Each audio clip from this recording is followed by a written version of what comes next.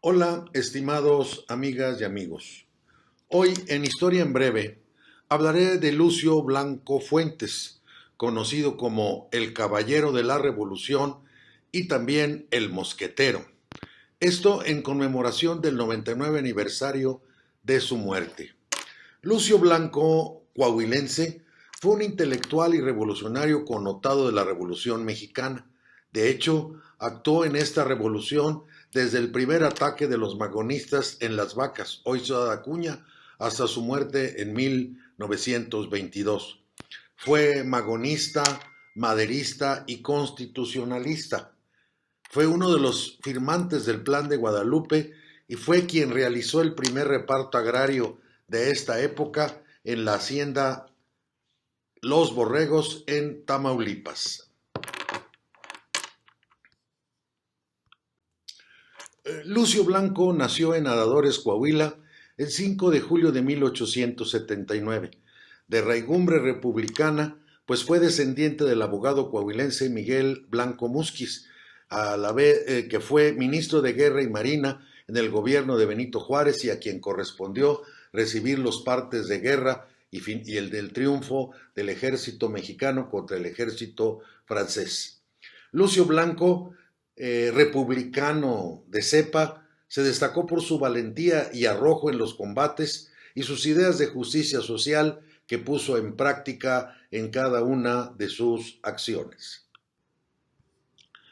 Se integró al magonismo y sostuvo correspondencia con Francisco I. Madero antes de 1910. Afiliado al magonismo, participó en el levantamiento de Las Vacas, hoy Ciudad Acuña, en 1906. Para 1909, en Torreón, se integró al partido antirreeleccionista. Siguió a Madero en su lucha contra el porfiriato. En 1912, luchó contra la rebelión de Pascual Orozco en las tropas que comandaba Jesús Carranza y Luis Alberto Guajardo. Por su capacidad militar se le otorgó el grado de teniente coronel. Tras la decena trágica en 1913, el gobernador de Coahuila, Venustiano Carranza, proclamó el plan de Guadalupe el 26 de marzo de ese año. Con el Plan de Guadalupe se proponía restaurar el orden y la legalidad en el país y creó el Ejército Constitucionalista, mismo al que se integró Lucio Blanco. De hecho, fue uno de los firmantes del plan y dirigió dentro del Ejército Constitucionalista el primer regimiento Libres del Norte, con el que combatió al ejército huertista. Nombrado jefe de operaciones militares en los estados de Coahuila, Nuevo León y Tamaulipas, se destacó por su arrojo y capacidad estratégica. En Matamoros trabó combate contra las fuerzas huertistas en una lucha que duró 7 días, tras los cuales logró triunfar. Así, el 4 de junio de 1913 le fue otorgado el grado de general brigadier. Pero además, congruente con sus ideas de justicia social, organizó un comité para realizar un reparto agrario en Nuevo León y Tamaulipas. Este comité lo integraban Heriberto Jara, Francisco José Mújica y Juan Barragán. Así, el 6 de agosto de 1913 realizó el primer reparto de tierras en la hacienda Los Borregos con Francisco J. Mújica en compañía de él. La hacienda pertenecía a Félix Díaz, hecho que no fue del agrado de Venustiano Carranza, quien ordenó se subordinara a Pablo González para finalmente quedar bajo las órdenes de Álvaro Obregón. Obregón y Blanco no compartían las mismas ideas y al poco tiempo se hicieron enemigos.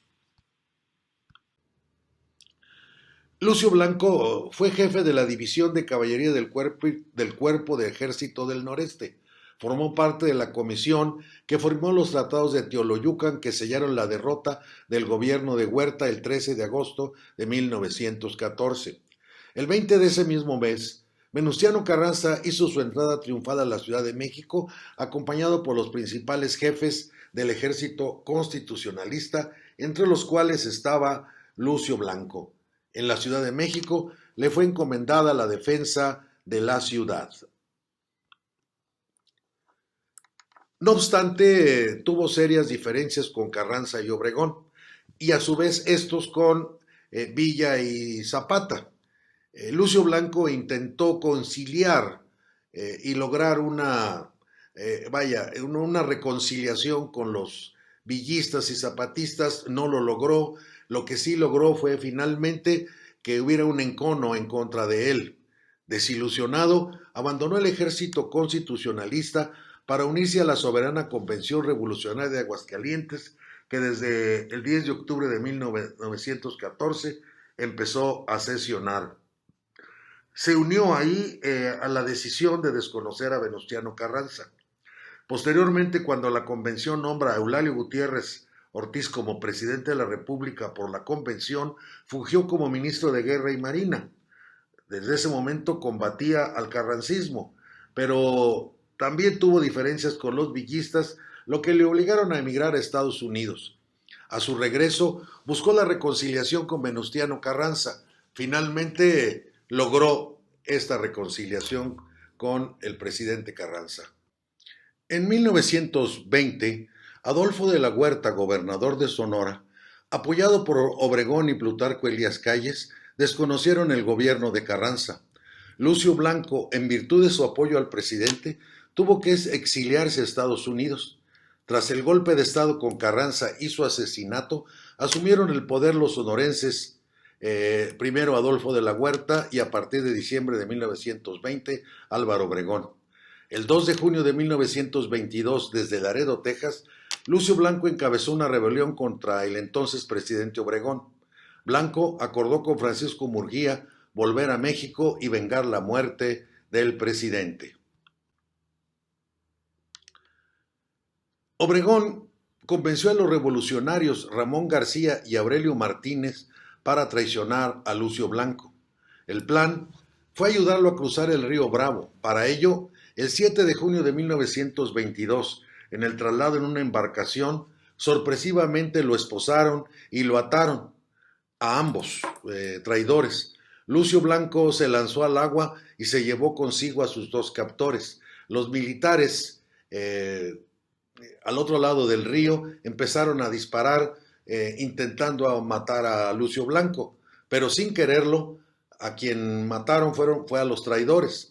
Lucio Blanco no pudo nadar por el peso de los dos cadáveres y murió ahogado. Así murió el gran revolucionario coahuilense, entre el heroísmo, el arrojo y la fatalidad que significó la traición a un extraordinario guerrero coahuilense. Descanse en paz. Muchas gracias.